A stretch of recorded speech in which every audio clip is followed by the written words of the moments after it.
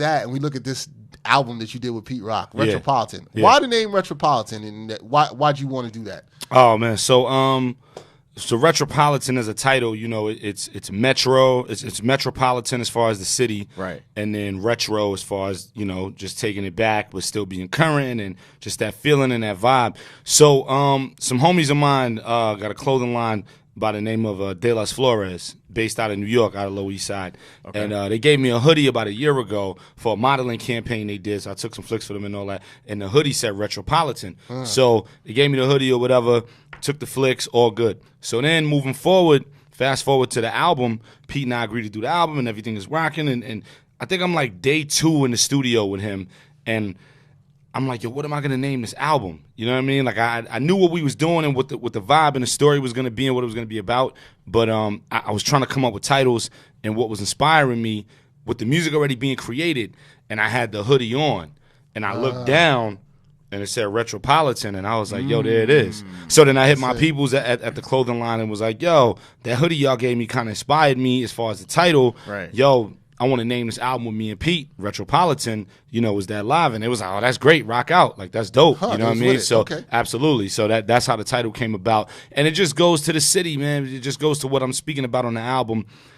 If you're dealing with Pete, you're dealing with a vibe and a feeling from back then, but current and forward and now. Like, Pete's not dated, you know, but he's just the captain of a certain era. Yeah. So that's where the retro part comes in, because there's no way you don't think about the greatness that hip hop was when you think of Pete.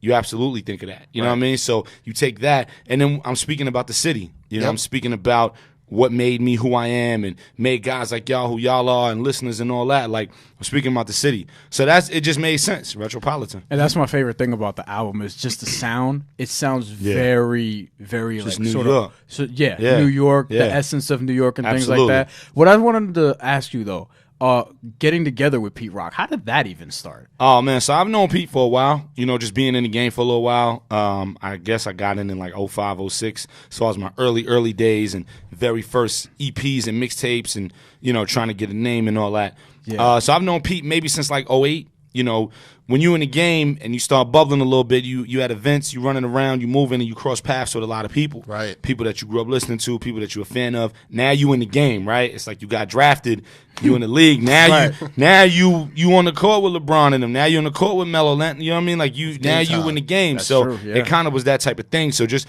always crossing paths with Pete and him showing love and yo, I see what you're doing, yo, you killing it, yo, keep it going, like whatever you need, I'm here. That type of thing. And obviously me growing up as a fan, you know, just crossing those paths and that energy made sense.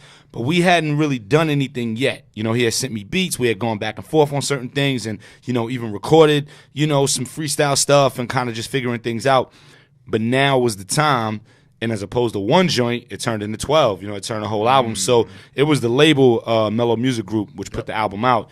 It was Mike at the label. It was his idea. He was like, yo, what if for the next joint, you know, we got, you know, you and Pete. And I was like, yeah, like, Pete's my man. So I just never thought about a whole joint with Pete. It just, for whatever reason, it ain't crossed my mind, but that's my man. So I'm like, yeah, like, let's build on it. And then we, you know, hit Pete, and Pete was like, yeah, we overdue. Like, let's do it. And it made sense. And Pete Rock ain't making albums with just anybody. Nah, you probably could count on, like, one hand how many people he's made a whole album with, you know, including his original group, including CL. You know what I mean? Right, like, It ain't. Ain't that many? Yeah, it don't fly like that. That puts you at a different stratosphere. Absolutely. Yeah, absolutely. And I enjoy listening to these albums where you'll see a rapper go with one producer, and kind of just say, I love the joint you did with Apollo Brown. I love that. Right. I even liked what Joel Ortiz did with Apollo Brown. We talked about Bandana on this podcast. Yeah, a lot. I like a lot of projects like that when you can get that. Yeah. You said, I think it was on Instagram when you first announced the title of this album and everything, you said the album was a love letter to the city and a wake-up call at the same time. Yeah. When you say wake-up call, because I sometimes feel like as New Yorkers, we've kind of lost our sound. Right. I don't know if you feel the same way. I don't want to put words in your mouth. But yeah, in a way. I mean, I don't want to cut the question off. No, go ahead. Yeah, in a way. But more so, waking up the city wasn't just about the sound per se. I mean, that debate's been happening for a while, like what New York sounds like or what it should sound like and all that. And, you know, that's all opinion and whatever. And I feel a certain way about it. But when I said waking up the city, I'm talking about literally the city, like gentrification. I'm talking about, you know, the influx of certain people in certain places and the way certain things are going. I'm talking about the city just not being a city no more. I'm talking about chopped cheese going from $4 to $8.50. I'm talking about like the city, you know what I mean? I'm talking about that raised us, you know, being from Brooklyn and going to school in Manhattan and, you know, living in Queens in high school. And I know the city, man. Like, you ain't more New York than me. If you're not from here, I don't care who you are. You could move here from wherever, and now you live on my block, and now you live in the Sty or whatever, and you've been here however long. Listen, B, like, enjoy it. Enjoy the hood. Right. But, you know, enjoy New York. You ain't more New York, and you're not going to tell a New Yorker what's real New York and what's not, whether it's the sound, the look, the feel, the texture, the fabric, the lingo. You just not, and you're not going to kill my city or take my city from me. You know what I mean? I like that was one of some of the messages you touched upon in this album, including gentrification. Like I love the track "Homegrown." I really like that track and how you touch on certain things about that. Absolutely. I think as a fellow New Yorker who's watched, like we probably both watch our neighborhoods that we grew up in. Absolutely, sort of become gentrified. And you in Flatbush, right? Yeah, I grew up in East Flatbush. I never would have thought. Yeah, East Flatbush. Yeah. Are you guys getting hit? Yeah, you should see it now, man. Like I'm East Flatbush, like the '90s. See, that's where I'm from. '90s. I grew up 93rd and Church. Oh, man. You'll see people walking around. I was like, that person wouldn't. That is crazy. But it was crazy when I saw it in the Sty, too. I forgot where I was in the Sty a couple weeks ago, just eating, and I was just like, man. Yo, the night, wow. But yeah, you're thinking, because you know the 90s when we grew right? up, Wow. Sky knows. It's that place where you'd say, I don't think it would come there, but you're seeing it push further east. Because, you know, it's, I've read stories and reports and articles on it, and Brooklyn is the most sought after place to live in the world. Yeah. Everyone wants to live in Brooklyn. Yeah. It's just the hotbed right now. Yo, I'm in Brooklyn. Yo, Barclays, the Nets, bars and restaurants, and it's popping, and Williamsburg and PBRs and da-da-da-da-da. And, like, everyone wants to live in Brooklyn. Yeah. It started even before that, because I remember growing up because I'm from that Ridgewood, Bushwick area. Okay. But they killing that, too. That been done. Bushwick is done, yeah. 10 years ago or so, I noticed that a lot of people were moving to Williamsburg, because I feel like in Brooklyn, that's where it all started. Right? Yeah. But they couldn't afford to live in Manhattan. That's why they were going to Williamsburg. Right. And then it became this city and this city. Because what happened was it started, like you said, they couldn't afford Manhattan no more. So it started in Williamsburg because Williamsburg was the closest to Manhattan. And the you safest, could be right, quote unquote. Right. You could be you could be in Williamsburg and be in Manhattan in 3 minutes. Yeah. Because you're on the L. Yeah. You take the L one stop. You know what I mean? And you're on Bedford First Ave. to First Ave. And you're on First Ave. From Bedford to First Ave, it's a 2-3 minute ride. Yeah. So you're in Manhattan in 3 minutes. It's less than a song.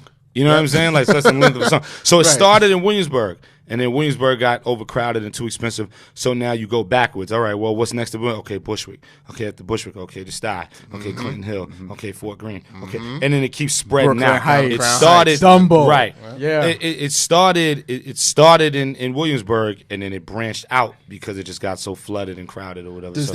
Does as a fellow Brooklynite New Yorker, and I feel like you talk about this a lot in the project. Does that concern you, bro? Like in terms of absolutely. Because you talked about keeping the culture, right? Like not just musically, but the essence of our New Yorkness, right? Does that concern you going forward? And is that absolutely. It was necessary to put out a project like that because of it. and on my next joint after this that I'm kind of brainstorming as well, I'm going even further into that story. You know what I mean? Like I'm really digging. Like on this one, I touched it on certain spots. I touched gentrification. I touched certain things. But I'm also speaking on just how New York raised me before gentrification, just different things. But on the next one, I'm going even deeper into it. So obviously that's another conversation for a year from now. But we'll talk about I'm going deeper into it on that. Conceptually, I'm just going even further.